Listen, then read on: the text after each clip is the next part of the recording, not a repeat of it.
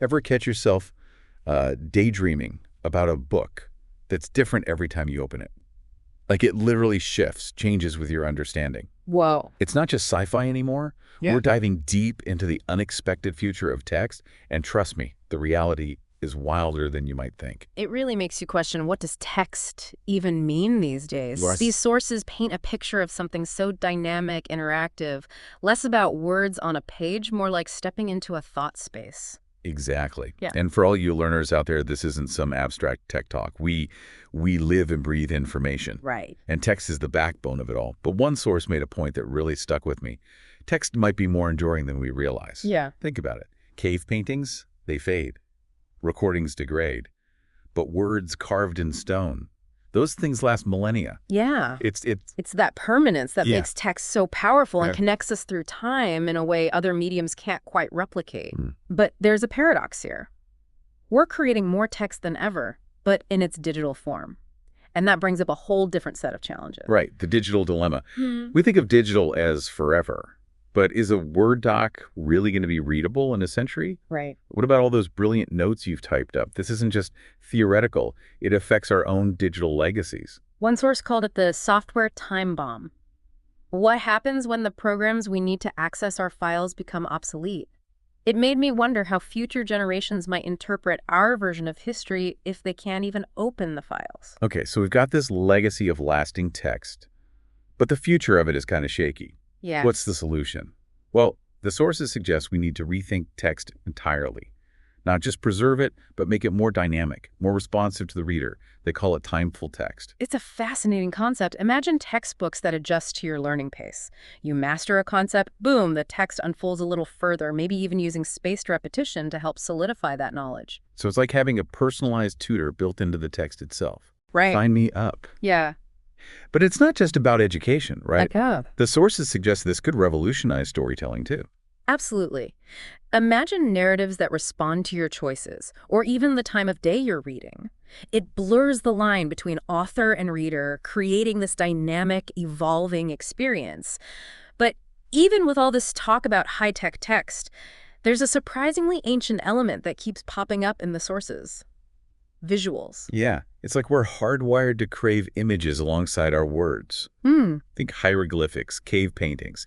They were already combining text and visuals to tell stories. And hasn't our digital world just amplified that? We've gone from basic emoticons to these hyper-specific emojis that convey incredibly subtle emotions. It's like, even with all the words at our disposal, we need that visual layer to truly express ourselves. It's true. I can't imagine texting without emojis now. Yeah. But these visuals aren't just adding flair. They're serving a real communicative purpose. And speaking of pushing the boundaries of communication, there's one more player in the future of text we need to talk about: AI. Right, the AI in the room, or should I say in the text editor. Systems like GPT-3 are already generating incredibly human-like text, from news articles to poetry. It's both exciting and a little unnerving. Yeah, one source mentioned reading an AI-written news article and not even realizing it wasn't by a human. Right. So, of course, we have to ask, what does this mean for creativity? Are we talking collaboration or competition? That's the million-dollar question, isn't it? And the sources offer some pretty diverse viewpoints. Some express concern about AI stifling human expression, while others see it as a tool for amplifying our creative potential. It's a complex issue with no easy answers, but definitely something to keep in mind as we delve further into this evolving world of text. And that's what's so exciting about this whole conversation. Yeah. It's not just about AI replacing human writers. It's about AI helping us create entirely new forms of text. Remember those spatial text concepts we touched on earlier? Oh, right.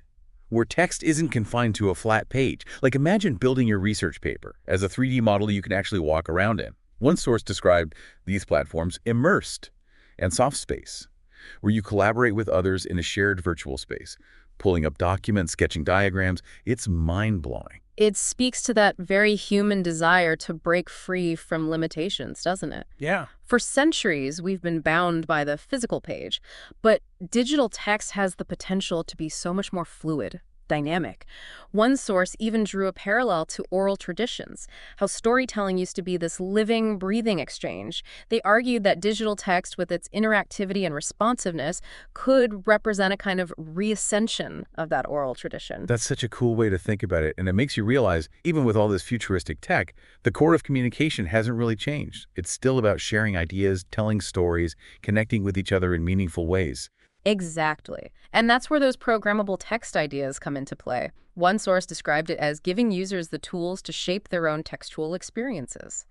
Imagine being able to customize how you interact with information, designing your own digital reading environments. Wait, so instead of just highlighting passages or adding notes in the margins, you could build entire tools to analyze and visualize the text. Precisely. And the best part, you could then share those tools with others, creating this incredibly rich and collaborative learning environment. Wow. It's about empowering readers to become active participants in shaping the future of text, not just passive consumers. It's like giving everyone the power to be their own editor, their own publisher, even their own font designer. Yeah.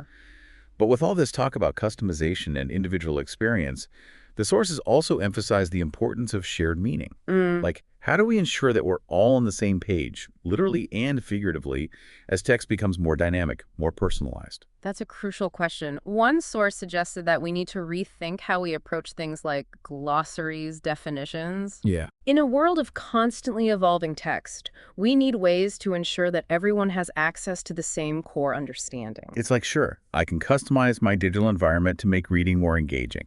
But if my definition of a key term is different from yours, that's going to lead to confusion, miscommunication down the line. Right, and it's not just about definitions, it's about developing new ways to collaborate around text.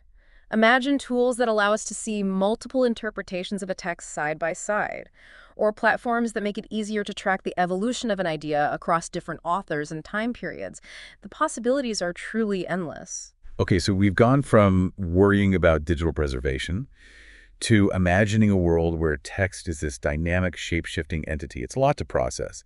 But one thing that really struck me throughout these sources is it's not just about the technology, is it? It's about us, the human element woven through every innovation. These sources really hammered home that text, at its heart, it's all about connection, understanding, bridging the gaps between minds. Absolutely.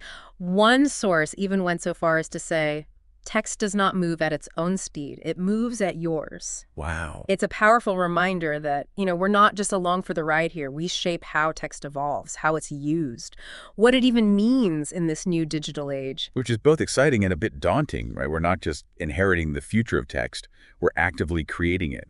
So where do we even begin? I think that's where those calls to action scattered throughout the sources come in.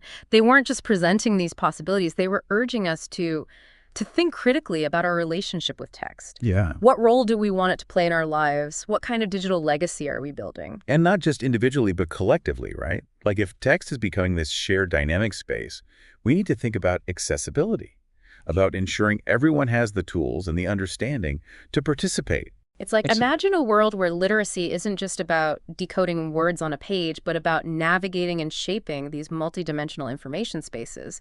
That's the future these sources are pointing towards, and it's up to us to determine what it looks like.